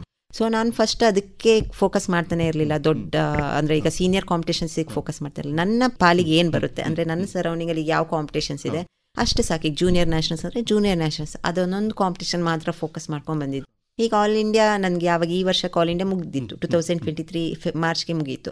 ಅದಾದ ತಕ್ಷಣ ನೆಕ್ಸ್ಟ್ ಇದ್ದಿದೆ ಸೀನಿಯರ್ ಲೆವೆಲ್, ನನಗೆ ಬೇರೆ ಯಾವುದೂ ಮಾಡೋಕ್ಕಾಗಲ್ಲ. ಸೊ ಅದೊಂದೇ ಫೋಕಸ್ ಇತ್ತು. ಆ ಟೈಮಿಗೆ ನನ್ನ ಕಾನ್ಫಿಡೆನ್ಸು ಹೆಚ್ಚಾಗಿತ್ತು, ಬಾಕಿ ಉಳಿದಿದ್ರಲ್ಲಿ ಮೆಡಲ್ ಸಿಕ್ಕಿತ್ತು.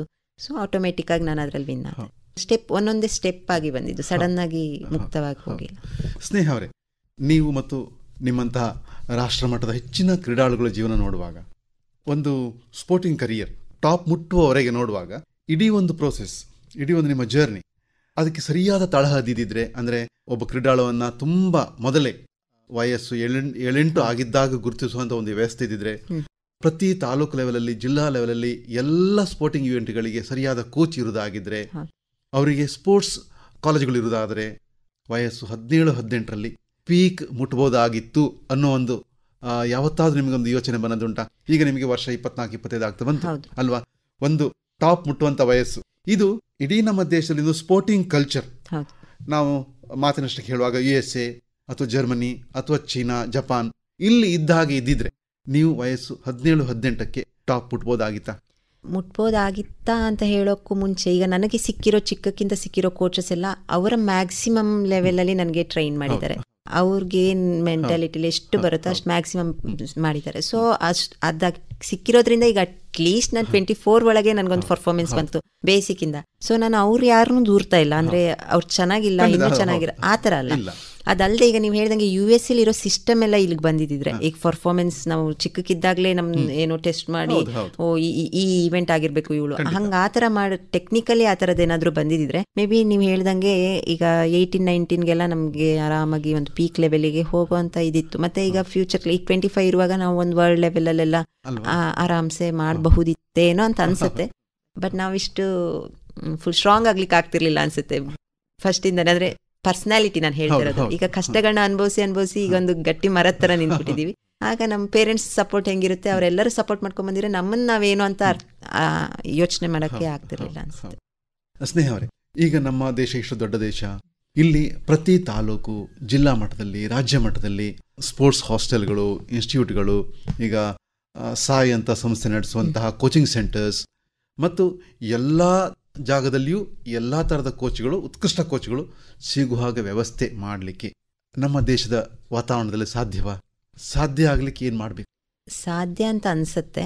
ಈಗ ಆಲ್ರೆಡಿ ಎಲ್ಲ ಕಡೆ ಸಾಯಿ ಸೆಂಟರ್ಸ್ ಇದೆ ಆಲ್ಮೋಸ್ಟ್. ಇನ್ನು ನೀವು ಹೇಳ್ದಂಗೆ ಹೆಚ್ಚಿನ ರೀತಿಯಲ್ಲಿ ಬರಬೇಕು ಅಂದ್ರೆ ಅದು ಗೌರ್ಮೆಂಟ್ ಇಂದಾನೆ, ಈಗ ಗೌರ್ಮೆಂಟ್ ಅಲ್ಲಿ ಯಾರು ಸ್ಪೋರ್ಟ್ಸ್ ಮಿನಿಸ್ಟರ್ ಇದ್ದಾರೆ ಅವರಿಂದಾನೇ ಆಗಬೇಕು.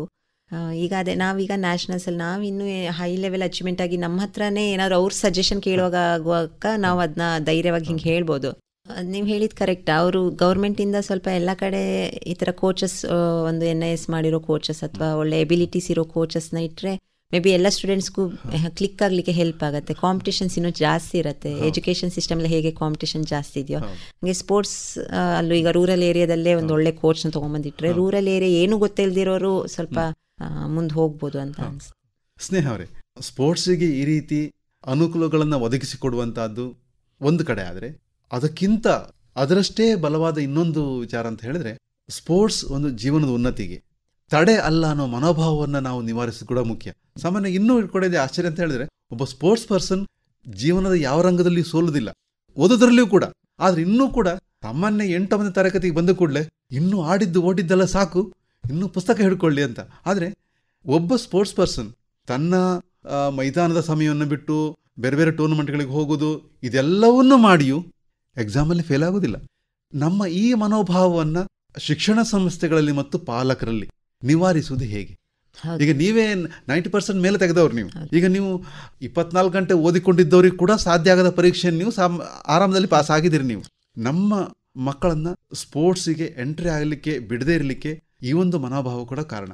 ಇವೆರಡನ್ನು ನಿವಾರಿಸೋದು ಹೇಗೆ? ಒಂದು ಈ ಮನೋಭಾವ ಮತ್ತು ವ್ಯವಸ್ಥೆಯನ್ನ ಅತ್ಯಂತ ಗ್ರಾಸ್ ರೂಟ್ ಲೆವೆಲ್ಗೆ ತರುವಂತಹದ್ದು.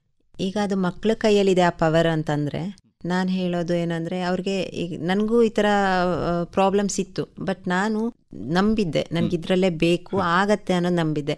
ಸೊ ಅದು ಆಗಾದ್ಮೇಲೆ ನಮ್ಮ ಪೇರೆಂಟ್ಸ್ ಒಪ್ಕೊಂಡ್ರು. ಸೊ ಓಕೆ ನಿನ್ಗೊಂದು ನೀನು ಅಂತ ಹೇಳ್ದಾಗೆ ಮಾಡಿದೆ, ಸ್ಪೋರ್ಟ್ಸೇ ಲೈಫ್ ಕೊಡ್ತು, ಓಕೆ ಅಂತ ಹೇಳ್ಬಿಟ್ಟು. ಸೊ ನಮ್ಮ ಕೈಯಲ್ಲಿ ಏನಿದೆ ಅಂದ್ರೆ ನಾವು ಅದನ್ನ ಒಂದು ಡಿಸಿಷನ್ ತಗೊಂಡಾದ್ಮೇಲೆ ಪೇರೆಂಟ್ಸ್ಗೆ ಕನ್ವಿನ್ಸ್ ಮಾಡಕ್ ನೋಡ್ಬೇಕು. ಮತ್ತೆ ನಾವು ಅಷ್ಟು ಸ್ಟ್ರಾಂಗ್ ಆಗಿ ಇದೀವಿ ನಮ್ಮ ಡಿಸಿಷನ್ ಮೇಲೆ ಅಂತಂದ್ರೆ ನಾನು ಕೇರ್ ಮಾಡ್ತಾ ಇರ್ಲಿಲ್ಲ. ಬಿಕಾಸ್ ಅವ್ರಿಗೆ ಸ್ಪೋರ್ಟ್ಸ್ ಬಗ್ಗೆ ಗೊತ್ತಿಲ್ಲದೆ ಇರೋದ್ರಿಂದ ಕರೆಕ್ಟಾಗಿ ಅದ್ರಿಗೆ ಹೋದ್ರೆ ಏನಿರುತ್ತೆ ಅವ್ರಿಗೆ ಟೆನ್ಷನ್, ಅದು ನಾರ್ಮಲ್. ಸೊ ನಾನೇ ಅವ್ರ ಹತ್ರ ಹಂಗಲ್ಲ ಹೀಗೆ ಹಾಗಲ್ಲ ಹೀಗೆ ಅಂತ ಅವ್ರು ಏನೇ ಅಂದ್ರೂ ಅವ್ರನ್ನ ಬೇಜಾರು ಮಾಡ್ದೇನೆ ನನ್ನ ದಾರಿಗೆ ಕರ್ಕೊಂಬರ್ಲಿಕ್ಕೆ ನಾನು ನೋಡಿದೆ. ಆ ಥರ ಮಕ್ಕಳು ಮೆಂಟಲಿ ಸ್ಟ್ರಾಂಗ್ ಇದ್ರೆ ಅವರು ಮಾಡಿಸ್ಬಹುದು. ಇನ್ನು ಪೇರೆಂಟ್ಸ್ಗೆ ಹೇಗೆ ಅಂತ ಹೇಳೋದು ಅಂತಂದ್ರೆ, ಅವ್ರ ಮಕ್ಕಳನ್ನ ಸ್ಪೋರ್ಟ್ಸಿಗೆ ಹೋಗದೆ ಇರೋ ಥರ ತಡೆಯೋ ಬದಲು ಸ್ಪೋರ್ಟ್ಸಿಗೆ ಹೋದಾಗ್ಲೂ ಆ ಟೈಮ್ನ ಹೆಂಗೆ ಮ್ಯಾನೇಜ್ ಮಾಡ್ಬೋದು, ಎಜುಕೇಷನ್ ಜೊತೆಗೇನು ಅದು ಇದು ವೇಸ್ಟ್ ಆಗದೆ ಇರುವಂಗೆ ಹೆಂಗೆ ಮಾಡ್ಬೋದು ಅಂತಲೂ ಅವ್ರು ಟ್ರೈನ್ ಕೊಡ್ಬೋದು. ಯಾಕಂದರೆ ಪೇರೆಂಟ್ ಕೈಯಲ್ಲಿ ಇಲ್ಲದೆ ಇರೋದು ಏನೂ ಇಲ್ಲ. ಅವರೇ ಜನ್ಮ ಕೊಟ್ಟ ಮೇಲೆ ಅವ್ರ ಮಕ್ಕಳನ್ನ ಹೇಗೆ ಬೆಳೆಸ್ಬೇಕು ಅನ್ನೋದು ಅವ್ರ ಕೈಯಲ್ಲಿರುತ್ತೆ. ಸೊ ಚಿಕ್ಕಕ್ಕಿಂದನೇ ಅವ್ರನ್ನ ಅದೆರಡ್ರದ್ದು ಇಂಪಾರ್ಟೆನ್ಸ್ ಹೇಳ್ಕೊಂಬಂದ್ರೆ, ಈಗ ಮೊಬೈಲ್ ಎಲ್ಲ ಕೊಟ್ಟಾಗೆ ಮಕ್ಕಳು ಹೇಗೆ ಅದಕ್ಕೆ ಅಡಿಕ್ಟ್ ಆಗ್ತಾರೋ, ಸೊ ಅದ್ರ ಬದಲು ಒಂದೊಳ್ಳೆ ಈ ಥರ ಥಾಟ್ಸ್ನ ಅವ್ರ ಮೈಂಡಿಗೆ ಹಾಕ್ತಾ ಬಂದರೆ ಅವ್ರ ಪರ್ಸನಾಲಿಟಿ ಡೆವಲಪ್ಮೆಂಟ್ ಮಾಡ್ತಾ ಬಂದರೆ ಅವ್ರಿಗೆ ಇದೆರಡು ಮ್ಯಾಟ್ರೇ ಆಗಲ್ಲ, ಅಲ್ಲಿ ಟೈಮ್ ಹೋಗುತ್ತೆ ಇಲ್ಲಿ ಟೈಮ್ ಹೋಗುತ್ತೆ ಅಂತ. ಎಕ್ಸ್ಟ್ರಾ ಟೈಮ್ ಇರೋದು ಓದ್ಕೋಬಹುದು ಆಗುತ್ತೆ. ಸೊ ಪೇರೆಂಟ್ಸ್ ಕೈಯಲ್ಲೂ ಇರುತ್ತೆ, ಮಕ್ಕಳು ಕೈಯಲ್ಲೂ ಇರುತ್ತೆ. ಆ ಕಡೆ ಇಲ್ಲಾಂದರೆ ಈ ಕಡೆ ಅವರು ಕನ್ವಿನ್ಸ್ ಮಾಡಬೇಕು, ಇಲ್ಲಾಂದರೆ ಅವ್ರು ಕನ್ವಿನ್ಸ್. ನೀವು ಹೇಗೆ ಟೈಮ್ ಮ್ಯಾನೇಜ್ ಮಾಡಿದ್ರಿ ಸ್ನೇಹ ಅವರೇ? ನೋಡಿ, ಬೇರೆ ಬೇರೆ ಕಡೆ ಹೋಗಬೇಕು, ಕೆಲವೊಮ್ಮೆ 6 ತಿಂಗಳಿಗೊಮ್ಮೆ ಕೂಡ ತಾಯಿಯ ಮುಖ ನೋಡ್ಲಿಕ್ಕೆ ಆಗ್ಲಿಕ್ಕಿಲ್ಲ. ನಿಮಗೆ ಬೇಜಾರಾಗುದಿಲ್ವಾ? ಇದೆಲ್ಲ ಯಾಕಪ್ಪ, ಸುಮ್ಮನೆ ಅಪ್ಪ ಅಮ್ಮನೊಟ್ಟಿಗೆ ಇದ್ಬಿಡುವ ಅನ್ನಿಸಿದ ಕ್ಷಣಗಳಿದ್ವಾ? ಕಷ್ಟಪಟ್ಟು ವಾಪಸ್ ಬಂದಾಗ ಅನಿಸ್ತಾ ಇತ್ತು. ಅಂದರೆ ಒಬ್ಬಳೆ ಮಗಳಾಗಿರೋದ್ರಿಂದ ನನ್ನ ಹಾಸ್ಟೆಲ್ ಲೈಫ್ ಎಲ್ಲ ಗೊತ್ತಿರಲಿಲ್ಲ ಫಸ್ಟ್. ಆಮೇಲೆ ಒಂದೇ ಸರಿ ಹಾಸ್ಟೆಲ್ಗೆ ಹೋದಾಗ ತುಂಬ ಅಂದರೆ ಈಗ ಸ್ಪೋರ್ಟ್ಸಲ್ಲಿ ಹೇಗೆ ಅಂದರೆ ನಾವು ಅಚೀವ್ಮೆಂಟ್ ಮಾಡಲಿಲ್ಲ ಅಂದರೆ ಅವಮಾನಗಳು ಜಾಸ್ತಿ ಇರುತ್ತೆ. ನಿಮ್ಗೆ ಗೊತ್ತಲ್ಲ, ನೀನಾ ಸೈಡಿಗೆ ಬಾ, ನೀನು ಫಸ್ಟ್ ಮಾಡಿದ್ದಮ್ಮ, ನಿಮ್ಮ ಮುಂದೆ ಬಾ ಅಂತ. ಆ ಥರ ಎಲ್ಲ ನಾನು ಎದುರಿಸಿದ್ದೀನಿ. ಸೊ ನಾನು ಅಯ್ಯೋಯ್ಯೋ, ಆಮೇಲೆ ಶೈ ಮಾಡ್ಕೊಂಡು ಅಯ್ಯೋ ಅವ್ರು ಹಂಗೆ ಅಂದ್ಬಿಟ್ರಲ್ಲ, ಇನ್ನು ಮುಂದೆ ಹೋಗಲ್ಲ ಅಂತಿರಲಿಲ್ಲ. ಸೊ ಇವತ್ತು ಹೋಗಲಿಲ್ಲ ಅಂದರೆ ಏನಂತೆ, ನಾಡಿದ್ದು ಹೋಗ್ತೀನಿ, ನಾಳೆ ಹೋಗ್ತೀನಿ, ತುಂಬ ಟೈಮ್ ಇದೆ. ಸೊ ಅದು ಆ ಛಲ ಇತ್ತು ನನ್ನ ಹತ್ರ. ಸೊ ಅದೆಲ್ಲ ನನಗೆ ಯಾವುದು ಮ್ಯಾಟ್ರ್ ಆಗ್ತಿರ್ಲಿಲ್ಲ. ಮತ್ತು ಮನೆಗೆ ಬಂದಾಗ ಒಂದು ವೀಕ್ ಇದ್ದು ವಾಪಸ್ ಹೋಗುವಾಗ ಯಾಕೆ ಬೇಕಪ್ಪ, ಆರಾಮಾಗಿ ಊಟ ಮಾಡಿಕೊಂಡು ಇಲ್ಲೇ ಮಲ್ಕೊಂಡು ಎಷ್ಟೊಂದು ಆರಾಮಾಗಿ ನಿದ್ದೆ ಮಾಡೋಕ್ಕೆ ಸಿಗತ್ತಲ್ಲ, ಹೋದರೆ ನಿದ್ದೆ ಮಾಡೋಕ್ಕಾಗಲ್ಲ ಆ ಥರ. ಹಂಗಂದ್ರೂ ಮತ್ತು ನನಗೆ ನಾನೇ ಯಾವ್ದು ಇಂಪಾರ್ಟೆಂಟು, ಮನೇಲಿ ಮಲ್ಗೋದು ಇಂಪಾರ್ಟೆಂಟಾ ಅಥವಾ ಮೆಡಲ್ ಬಂದು ನಿನ್ಗೊಂದು ಜಾಬ್ ಸಿಕ್ಕಿ ಆರಾಮಾಗಿ ಮಲ್ಗೋದು ಇಂಪಾರ್ಟೆಂಟಾ? ಆ ಥರದ್ದೊಂದು ಡಿಫ್ರೆನ್ಸ್ ನಾನು ಯೋಚನೆ ಮಾಡಿ ಕಂಡಿಡ್ಕೊಬಿಡ್ತಿದ್ದೆ. ಅದೇ ಹೇಳ್ದಂಗೆ ದೇವ್ರ ದಯೆಯಿಂದ ನನಗೆ ಸ್ವಲ್ಪ ಮೆಚ್ಯೂರ್ಡ್ ಆಗಿ ಯೋಚನೆ ಮಾಡೋ ಶಕ್ತಿ ಇತ್ತು. ಅದಕ್ಕೋಸ್ಕರ ಅನ್ಸತ್ತೆ ಅಮ್ಮ ಅಪ್ಪ ಹೇಳಿದ ತಕ್ಷಣ ಅರ್ಥ ಮಾಡ್ಕೊಬಿಡ್ತಿದ್ದೆ ನಾನು. ಸೊ ಅವರಿಗೂ ಜಾಸ್ತಿ ಕಷ್ಟ ಕೊಡದೆ ನಂದು ಏನಿದೆ ಅನ್ನೋದನ್ನ ಕರೆಕ್ಟಾಗಿ ಮಾಡ್ಕೊಂಡು ಹೋಗ್ತಿದ್ದೆ. ಸೊ ಟೈಮ್ ಮ್ಯಾನೇಜ್ ಆಗ್ತೈತೆ. ಈಗ ನಾನು ಪೋಸ್ಟ್ ಗ್ರಾಜುಯೇಷನ್ ಬಂದಮೇಲೆ ಮೊಬೈಲ್ ಯೂಸ್ ಮಾಡ್ಲಿಕ್ಕೆ ಸ್ಟಾರ್ಟ್ ಮಾಡಿದ್ದು. ಅದಕ್ಕೂ ಮುಂಚೆ ಕೀ ಸೆಟ್ ಕೂಡ ಯೂಸ್ ಮಾಡ್ತಾ ಇರಲಿಲ್ಲ ನಾನು. ಅಮ್ಮದೇ ಆಗಿರ್ಬೋದು ಅಪ್ಪದೇ ಆಗಿರ್ಬೋದು. ನಮಗೆ ಉಜ್ರೆಯಲ್ಲಿದ್ದಾಗ ಡಿಗ್ರಿಲೂ ಕಾಯಿನ್ ಬಾಕ್ಸೇ ಇದ್ದಿದ್ದು. ಸೊ ಅವ್ರು ಕಣ್ ತಪ್ಪಿಸಿ ಮೊಬೈಲ್ ಯೂಸ್ ಮಾಡ್ತಾ ಇರಲಿಲ್ಲ. ಸೊ ಅಷ್ಟೊಂದು ಟೈಮ್ ನಮಗೆ ಉಳಿತಾ ಇತ್ತು. ಈಗ ನಾವೇನು ಮೊಬೈಲ್ ನೋಡ್ಕೊಂಡು ಕೂತ್ಕೊಂಡ್ರೆ 1 ಗಂಟೆ ಒಂದು 10 ನಿಮಿಷ ಅಂತ ಕೂತು 1 ಗಂಟೆ ಆಗೋದು ಗೊತ್ತಾಗಲ್ಲ. ಸೊ ಆವಾಗ 10 ಮಿನಿಟ್ಸ್ ಮಾತ್ರ ಬೇರೆ ಕಡೆ ಆಟ ಆಡ್ಕೊಂಡ್ಬಂದು ಬಾಕಿ ಉಳಿದಿರೋ ಅಷ್ಟು ಟೈಮ್ನ ನಾವು ಬೇರೆ ಏನಕ್ಕೆ ಬೇಕೋ ಯೂಸ್ ಮಾಡ್ಕೋತಾ ಇದ್ವಿ. ಸೊ ಟೈಮ್ ಮ್ಯಾನೇಜ್ ಆಗ್ತಾ ಇತ್ತು, ನಮಗೆ ಎಲ್ಲೂ ಬರ್ಡನ್ ಅಂತ ಅನಿಸ್ತಾ ಇರಲಿಲ್ಲ. ಮತ್ತು ಈಗ ಕಾಂಪಿಟೇಷನ್ ಎಲ್ಲ ಹೋಗಿ ಬಂದಾಗ ನೀವು ಕೇಳಿದ್ರಿ, ಕೆಲವು ಸತಿ 3 ಮಂತ್ಸ್ ಎಲ್ಲ ಕಾಲೇಜ್ಗೆ ಹೋಗಕ್ಕಾಗ್ತಾ ಇರಲಿಲ್ಲ ನಮಗೆ, ಪ್ರಾಕ್ಟೀಸು ಕ್ಯಾಂಪ್ಸ್ ಅಂತ ಎಲ್ಲ ಹೇಳಿ. ಇನ್ನೇನು ಎಕ್ಸಾಮಿಗೆ 2 ಮಂತ್ ಇರುವಾಗ ನಮಗೆಲ್ಲ ಕಾಂಪಿಟೇಷನ್ಸು ಮುಗ್ದು ಹೋಗ್ಬಿಡ್ತಾ ಇತ್ತು ತುಂಬ ಸತಿ. ಸೊ 2 ಮಂತ್ಸ್ ಏನು ಮಾಡೋಕ್ಕಿದೆ, ಏನು ಮಾಡಲಿಕ್ಕಿಲ್ಲ, ಅದು ರೆಸ್ಟ್ ಪೀರಿಯಡ್ ಅಲ್ವಾ. ಸೊ ಆ ಟೈಮಲ್ಲಿ ಫ್ರೆಂಡ್ಸ್ ಹತ್ರ ಬುಕ್ ಕಲೆಕ್ಟ್ ಮಾಡಿಕೊಂಡು ಲೆಕ್ಚರ್ಸ್ ಹತ್ರ ಹೋಗ್ಬಿಟ್ಟು ಮ್ಯಾಮ್ ಇದೇನು ಡೌಟು ಅಂತ. ಮತ್ತು ನಾವು ಸ್ಪೋರ್ಟ್ಸ್ ಮೆನ್ಸ್ಗೆ ಸ್ವಲ್ಪ ಓದ ತಕ್ಷಣ ಬೇಗ ಹಿಡಿಯುತ್ತೆ, ತಲೆಗೆ ಹೋಗ್ಬಿಡುತ್ತೆ. ಯಾಕಂದರೆ ನಾವು ಫೋಕಸ್ ಜಾಸ್ತಿ ಪ್ರಾಕ್ಟೀಸಲ್ಲಿ ಕೊಡೋದ್ರಿಂದ ಕಾನ್ಸಂಟ್ರೇಷನ್ ಇರುತ್ತೆ, ಓದುವಾಗ ಬೇಗ ತಲೆಗೆ ಹತ್ತುತ್ತೆ. ಸೊ ಬೆಳಗ್ಗೆ ಮುಂಚೆ ಎಲ್ಲ ಕೂತು ಓದುವಾಗ ಅದು ಇದಾಗ್ತಾ ಹೋಗುತ್ತೆ, ತಲೆಗೆ ಬರ್ತಾ ಹೋಗುತ್ತೆ. ಸೊ ನಾನು ಹಂಗೆ ಮಾಡ್ತಾ ಇದ್ದೆ. ಅದಾದ್ಮೇಲೆ ನನಗೆ ನೆನಪಿರ್ತಿರ್ಲಿಲ್ಲ ಎಕ್ಸಾಮ್ ಬರೋದ್ಮೇಲೆ ನಾನು ಏನು ಓದಿದ್ದೀನಿ ಅಂತ. ಬಟ್ ಎಕ್ಸಾಮ್ ತನಕ ನಾನು ಚೆನ್ನಾಗಿ ಓದ್ಕೊಂಡು ಅದನ್ನು ಆ ಕೆಪಾಸಿಟಿ ನನಗಿತ್ತು. ಸ್ನೇಹ ಅವರೇ, ಒಂದು ಸ್ಪೋರ್ಟ್ಸ್ ಕಲ್ಚರ್ನ ಒಂದು ಭದ್ರವಾದ ತಳಹದಿಯ ಮೇಲೆ ನಿಲ್ಲಿಸಲಿಕ್ಕೆ ತಮ್ಮ ಕ್ರೀಡಾ ಜೀವನವನ್ನು ತುಂಬ ವ್ಯವಸ್ಥಿತವಾಗಿ ಮತ್ತು ಆನಂದದಾಯಕವಾಗಿ ಮತ್ತು ಯಶಸ್ವಿಯಾಗಿ ಮುಗಿಸಿದಂತಹ ಸ್ಪೋರ್ಟ್ಸ್ ಪರ್ಸನ್ ಅವರು ಪುನಃ ರಂಗಕ್ಕೆ ಏನು ಕಾಂಟ್ರಿಬ್ಯೂಟ್ ಮಾಡ್ಬೋದು ಅನ್ನೋದರ ಮೇಲೆ. ಈಗ ನೀವು ರಾಷ್ಟ್ರೀಯ ಚಾಂಪಿಯನ್ ಆದ್ರಿ, 100 ಮೆಡಲ್ಗಳನ್ನು ಬೇರೆ ಬೇರೆ ಹಂತಗಳು ತಗೊಂಡ್ರಿ. ಈಗ ಒಂದು ಸ್ಪೋರ್ಟ್ಸ್ ಕೋಟಾದಲ್ಲಿಯೇ ಒಂದು ಉದ್ಯೋಗವನ್ನು ಸೇರಿದ್ರಿ. ಇನ್ನೇನು ಸಹಜವಾಗಿ ಕೆಲವು ವರ್ಷಗಳಲ್ಲಿ ನಿಮ್ಮದು ಕಾಂಪಿಟೇಟಿವ್ ಆದಂತಹ ಸ್ಪೋರ್ಟ್ಸ್ ಕರಿಯರ್ ಒಂದು ಹಂತಕ್ಕೆ ಮುಗಿತದೆ. ನಂತರ ನೀವು ಕಾಂಟ್ರಿಬ್ಯೂಟ್ ಮಾಡುವಂತಹದ್ದು ಅಂದ್ರೆ ನಿಮ್ಮಂತಹ ಕ್ರೀಡಾಳುಗಳನ್ನು ನೀವು ಬೆಳೆಸುವಂತಹದ್ದು. ಕೆರೆ ನೀರನ್ನು ಕೆರೆಗೆ ಚೆಲ್ಲಿ ನಿಮ್ಮನ್ನ ಒಂದು ಕ್ರೀಡಾರಂಗ ಹೇಗೆ ಬಳಸ್ಕೊಳ್ಬೇಕು, ಮುಂದಿನ ಜನಾಂಗವನ್ನು ಬೆಳೆಸುವಂತಹ ಒಂದು ಗಟ್ಟಿಯಾದ ವ್ಯವಸ್ಥೆ ಬೇಕು. ನಮ್ಮ ಕ್ರೀಡಾಪಟುಗಳನ್ನು ಪುನಃ ಕೋಚಿಂಗ್ ರಂಗಕ್ಕೆ ತರುವ ಕ್ರಮ ಹೇಗೆ? ಈಗ ಗೌರ್ಮೆಂಟ್ ಜಾಬಲ್ಲಿ ಇರೋರು ಕೋಚಿಂಗಿಗೆ ಬರೋಕ್ಕೆ ಅವ್ರಿಗೆ ಟೈಮ್ ಇರಲ್ಲ. ಒಂದು ಇನ್ನೊಂದು ಅವ್ರು ಇರೋ ಟೈಮಲ್ಲಿ ಏನು ಮಾಡ್ಬೋದು ಅಂತಂದರೆ, ಈಗ ನೀವು ಹೆಂಗೆ ಈಗ ನಾನು ಕರೆದು ಮಾತಾಡ್ತಿದ್ದೀರ ಅದನ್ನ ನಾನೇ ತುಂಬ ಜನ ಮಾತುಗಳನ್ನ ಕೇಳಿ ಮೋಟಿವೇಟ್ ಆಗಿದ್ದೀನಿ ತುಂಬ ಸತಿ. ಸೊ ಸ್ಪೋರ್ಟ್ಸ್ ಮ್ಯಾನೇ ಒಬ್ಬರು ಸ್ಪೋರ್ಟ್ಸ್ ಮ್ಯಾನ್ಗೆ ಒಂದು ಮೋಟಿವೇಶನ್ ಕೊಡ್ತಾರೆ, ಮಾತಾಡ್ತಾರೆ ಅಂತಂದರೆ ಅದಕ್ಕಿಂತ ದೊಡ್ಡ ಮೋಟಿವೇಶನ್ ಬೇರೆ ಇರಲ್ಲ. ಯಾಕಂದರೆ ಅವ್ರು ಆಗಿರೋ ಎಕ್ಸ್ಪೀರಿಯನ್ಸ್ನ ಅವ್ರು ಆಗಿರೋ ಪ್ರತಿ ಕ್ಷಣ ಹೆಂಗಿದ್ದೆ, ಹೆಂಗೆ ಫೇಸ್ ಮಾಡಿದೆ ಅನ್ನೋದನ್ನು ಅದೇ ಹುಡುಗ ಫೇಸ್ ಮಾಡ್ತಾ ಇರ್ಬೋದು. ಸೊ ಅದರಿಂದ ತುಂಬ ಮೋಟಿವೇಶನ್ ಆಗಿರುತ್ತೆ. ಸೊ ಅವ್ರನ್ನ ಇಂಟ್ರ್ಯಾಕ್ಟ್ ಮೀನ್ಸ್ ಇವ್ರ ಜೊತೆಗೆ ಅವ್ರನ್ನ ಕಮ್ಯುನಿಕೇಟ್ ಮಾಡಿಸೋದ್ರಿಂದನೂ ಅವ್ರು ತುಂಬ ಮೋಟಿವೇಟ್ ಆಗ್ಬೋದು. ಒಂದು ಇನ್ನೊಂದು ನೀವು ಹೇಳ್ದಂಗೆ ಕೋಚಿಂಗಿಗೆ ಕರಿಬೋದು. ಈಗ ಅವರು ಇನ್ನೂ ಎಕ್ಸ್ಟ್ರಾ ನಾವು ವರ್ಕ್ ಮಾಡ್ತೀವಿ ಅನ್ನೋಂಗಿದ್ರೆ ಅವ್ರನ್ನ ಕರ್ಕೊಂಬಂದು ಕೋಚಿಂಗ್ ತುಂಬ ಏನು ರೆಗ್ಯುಲರ್ ಕೋಚಿಂಗ್ ಅಲ್ಲ ಅಂತಂದ್ರು ಸ್ಪೆಷಲ್ ಡೇಸಲ್ಲಿ ಈಗ ಸ್ಯಾಟರ್ಡೆ ಸಂಡೇ ಥಿಯರಿ ಕ್ಲಾಸ್ ಥರ ಮಾಡಿ ಅವ್ರಿಗೊಂದು ಟೆಕ್ನಿಕ್ ಹೇಳಿದ್ರೆ ಅವ್ರು ತುಂಬ ಹತ್ತಿರದಿಂದ ಹೇಳ್ಬೋದು. ಒಬ್ಬ ಸ್ಪೋರ್ಟ್ಸ್ ಮ್ಯಾನ್ಗೆ ತುಂಬ ಈಸಿಯಾಗಿ ಹೇಳಿಕೊಡ್ಬೋದು. ಆ ಥರ ಮಾಡಿದ್ರೂ ಅವ್ರಿಗೆ ಯೂಸ್ ಆಗತ್ತೆ ಅಂತ ಅನ್ಕೋತೀನಿ. ಸ್ನೇಹ ಅವರೇ, ನಿಮ್ಮ ಹಾಗೆ ಒಬ್ಬ ರಾಷ್ಟ್ರೀಯ ಚಾಂಪಿಯನ್, ಅಂತಾರಾಷ್ಟ್ರೀಯ ಮಟ್ಟಕ್ಕೆ ಹೋದವರು, ಇವ್ರನ್ನೆಲ್ಲ ಒಂದು ಹಂತದ ಒಂದು 6 ತಿಂಗಳು 1 ವರ್ಷದ ಪುನಃ ಟ್ರೈನಿಂಗ್ ಕೊಟ್ಟು ಸಾಯಿ ಅಂತಹ ಕೇಂದ್ರಗಳಲ್ಲಿ ಟ್ರೈನಿಂಗ್ ಕೊಟ್ಟು ಪ್ರತಿ ಕಾಲೇಜುಗಳಲ್ಲಿ ಫಿಸಿಕಲ್ ಡೈರೆಕ್ಟರ್ ಆಗಿ ನೇಮಕ ಮಾಡಿಕೊಳ್ಳುವಂಥ ಒಂದು ವ್ಯವಸ್ಥೆ ಬಂದರೆ ಇದನ್ನು ಇನ್ನೂ ಭದ್ರವಾಗಿ ನಡೆಸ್ಬೋದಲ್ವಾ? ನಡೆಸ್ಬೋದು. ಬಟ್ ನೀವು ಹೇಳಿದಾಗೆ ಈಗ ಗ್ರಾಸ್ ರೂಟ್ ಇಂದಾನೆ ನಮಗೆ ತುಂಬಾ ಸ್ಪೆಷಲೈಸ್ಡ್ ಬೇಕಾಗತ್ತೆ. ಈಗ ನಾವೆಷ್ಟೇ ಕಲ್ತಿದ್ರು ಅದನ್ನ ನಾವು ಹೆಂಗ್ ಮಕ್ಳಿಗೆ ಹೇಳ್ಕೊಡ್ತೀವಿ ಅನ್ನೋದ್ರ ಮೇಲೂ ಡಿಪೆಂಡ್ ಆಗಿರುತ್ತೆ. ಆ ಒಂದು ನಮ್ಗೆ ಎಕ್ಸ್ಪೀರಿಯನ್ಸ್ ಇಲ್ಲದೆ ಇದ್ರೆ ನಾವೆಷ್ಟು ಓಡಿದ್ದು ನಮಗೆ ಇರುತ್ತೆ, ಅದು ಹೆಂಗ್ ಓಡಿದ್ವಿ ಅಂತ ಅದನ್ನ ನಾವು ಮಕ್ಕಳಿಗೆ ಕನ್ವಿನ್ಸ್ ಮಾಡೋದ್ರಲ್ಲಿ ಬಿದ್ದೋಗ್ಬಿಡ್ತೀವಿ. ಅದಕ್ಕೆ ನಾನು ಹೇಳಿದ್ದು ಪುನಃ 1 ವರ್ಷದ ಅಥವಾ 6 ತಿಂಗಳ ಒಂದು ನಿಮಗೆ ಟ್ರೈನಿಂಗ್ ಕೊಟ್ಟು ಕೋರ್ಸ್ ಮಾಡಿ. NIS ಅಂತ ಅದಕ್ಕೊಂದು ಇದೆ, ಕೋರ್ಸ್ಗಳಿರತ್ತೆ. ನಾವು ಹಾಗೆ ಮಾಡಿದ್ರೆ ಅದು ತುಂಬಾ ಒಳ್ಳೇದೆ. ಆ ಥರನೂ ಹೋಗೋರು ಇದ್ದಾರೆ, ತುಂಬ ಜನ ನ್ಯಾಷನಲ್ಸ್ ಮೆಡಲ್ ಆದವರು NIS ಲೆವೆಲ್ಗೆ ಹೋಗಿ ಸ್ಪೆಷಲೈಸ್ಡ್ ಆಗಿ ಬಂದು ಮಕ್ಕಳಿಗೆ. ಈಗ ನಮಗೆ ಕೇರಳದಲ್ಲಿ ಕೋಚಸ್ ಎಲ್ಲ ಹಾಗೇನೆ NIS ಆಗಿರೋರನ್ನೇ ತುಂಬ ಜನ ಬಿಡ್ತಾರೆ. ಇಲ್ಲೂ ಅಷ್ಟೇ, ಈಗ ಸಾಯಿಲೆಲ್ಲ NIS ಮಾಡಿರ್ಬೇಕು, ಅದು ಕಂಪಲ್ಸರಿ. ಸೊ ಅದು ತುಂಬ ಈಸಿ ಆಗುತ್ತೆ ಮಕ್ಕಳಿಗೆ. ಆದರೆ ವಾಸ್ತವ ಏನಿದೆ ಅಂತ ಹೇಳಿದ್ರೆ ಕರ್ನಾಟಕದ ಹೆಚ್ಚು ಕಡಿಮೆ 100% ಅಂತ ಹೇಳ್ಬೋದು ಪ್ರಾಥಮಿಕ ಶಾಲೆಗಳಲ್ಲಿ ಕ್ರೀಡಾ ಶಿಕ್ಷಕರಿಲ್ಲ. ಹೆಚ್ಚು ಕಡಿಮೆ 70% ಹೈಸ್ಕೂಲ್ಗಳಲ್ಲಿ ಕ್ರೀಡಾ ಅಧ್ಯಾಪಕರಿಲ್ಲ. ಅಪರೂಪದಲ್ಲಿ PUC ಮತ್ತು ಡಿಗ್ರಿಯಲ್ಲಿ ಇರ್ಬೋದು. ಈ ಸ್ಥಿತಿಯನ್ನು ಇಟ್ಕೊಂಡು ನಾವು ಎಂತಹ ಸ್ಪೋರ್ಟಿಂಗ್ ಭವಿಷ್ಯವನ್ನ ನಾವು ಕಟ್ಟಬಹುದು? ಕಷ್ಟ ಆಗತ್ತೆ. ಕಟ್ಟಬಹುದು ಅಂತ ಅನ್ಬೋದು ಅಷ್ಟೇ, ಕಟ್ತೀವಿ ಅನ್ನೋಕೆ ತುಂಬಾ ಕಷ್ಟ ಆಗತ್ತೆ. ಕೆಲವು ನಮ್ದೇ ಈಗ ಊರಲ್ಲಿ ಶೃಂಗೇರಿ, ಕೊಪ್ಪ ಶೃಂಗೇರಿ ಮಿಡಲ್ ಅಲ್ಲಿ ಬರುತ್ತೆ. ಅಲ್ಲಿ ಈಗ ಹೈಸ್ಕೂಲ್ ಇದೆ, ಟೀಚರ್ ಇದ್ದಾರೆ, ಗ್ರೌಂಡ್ ಇಲ್ಲ. ಕೆಲವು ಕಡೆ ಗ್ರೌಂಡ್ ಇದೆ, ಟೀಚರ್ ಇಲ್ಲ. ನನ್ನ ಫ್ರೆಂಡ್ ಒಬ್ಬ, ಅವನ ಆರ್ಮಿಲಿ ಇದ್ದಾನೆ ಈಗ. ಅವನ್ ಹೈಸ್ಕೂಲಲ್ಲಿ ಇದ್ದಾಗ ಅವನಿಗೆ ಕೋಚಸ್ಸೇ ಇರಲಿಲ್ಲ, ಬಟ್ ಅವ್ನು ಯಾವಾಗಲೂ ಸ್ಟೇಟ್ ರೆಕಾರ್ಡ್ ಮಾಡ್ತಿದ್ದ ವಾಕಿಂಗ್ ಅಲ್ಲಿ. ಅವಾಗ ನಾವು ಅದನ್ನು ನೋಡಿ ಮೋಟಿವೇಟ್ ಆಗಿದ್ದೀವಿ. ಕೋಚ್ ಇಲ್ಲದೆ ಹೆಂಗೆ, ಅವರೇ ಓನಾಗಿ ಬರ್ತಿದ್ದ, ಡೈಲಿ ಪ್ರಾಕ್ಟೀಸ್ ಮಾಡ್ತಿದ್ದ. ಅದೇ ಆ ಟೈಮಲ್ಲಿ ಅವನ್ ಒಳ್ಳೆ ಒಂದು ಗ್ರೌಂಡ್ ಕೋಚಸ್ ಇದ್ದಿದ್ರೆ ಅವ್ನಿಗೆ ಇವಾಗ ಬೇರೆ ಲೆವೆಲ್ಗೆ ಹೋಗ್ತದೆ.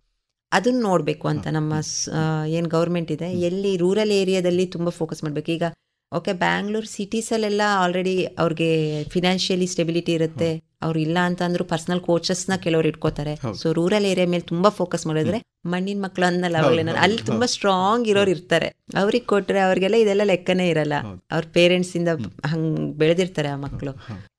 ಸರಿ ಸ್ನೇಹ ಅವರೇ, ಇದುವರೆಗೆ ನಮ್ಮ ಯುವ ಜನರ ಜೊತೆಗೆ ನಿಮ್ಮ ಕ್ರೀಡಾ ಜೀವನದ ಕೆಲವು ಪ್ರಮುಖ ಅಂಶಗಳನ್ನು ಮತ್ತು ಮುಖ್ಯವಾಗಿ ತುಂಬಾ ಉತ್ತೇಜನಕಾರಿಯಾದ ಮಾತುಗಳನ್ನು ಹಂಚಿಕೊಂಡ್ರಿ. ಇದರಿಂದ ನಾವು ಪ್ರತಿ ಶಾಲೆಯಲ್ಲಿಯೂ 1-3 ಜನ ಸ್ನೇಹ ಅವರನ್ನು ಕಾಣುವಂತಾಗಲಿ ಅಂತ ಹಾರೈಸ್ತೇನೆ. ಧನ್ಯವಾದಗಳು, ನಮಸ್ಕಾರ. ಧನ್ಯವಾದಗಳು ಸರ್, ಥ್ಯಾಂಕ್ ಯು. ಇದುವರೆಗೆ ರಾಷ್ಟ್ರೀಯ ಕ್ರೀಡಾಳು ಸ್ನೇಹ SS ಅವರೊಂದಿಗೆ ಸಂದರ್ಶನ ಕೇಳಿದಿರಿ. ಕೇಳುಗರೆ, ಇದು ಇಂದಿನ ಯುವವಾಣಿ. ಮುಂದಿನ ಕಾರ್ಯಕ್ರಮದಲ್ಲಿ ನಿಮ್ಮ ಭೇಟಿ. ನಮಸ್ಕಾರ.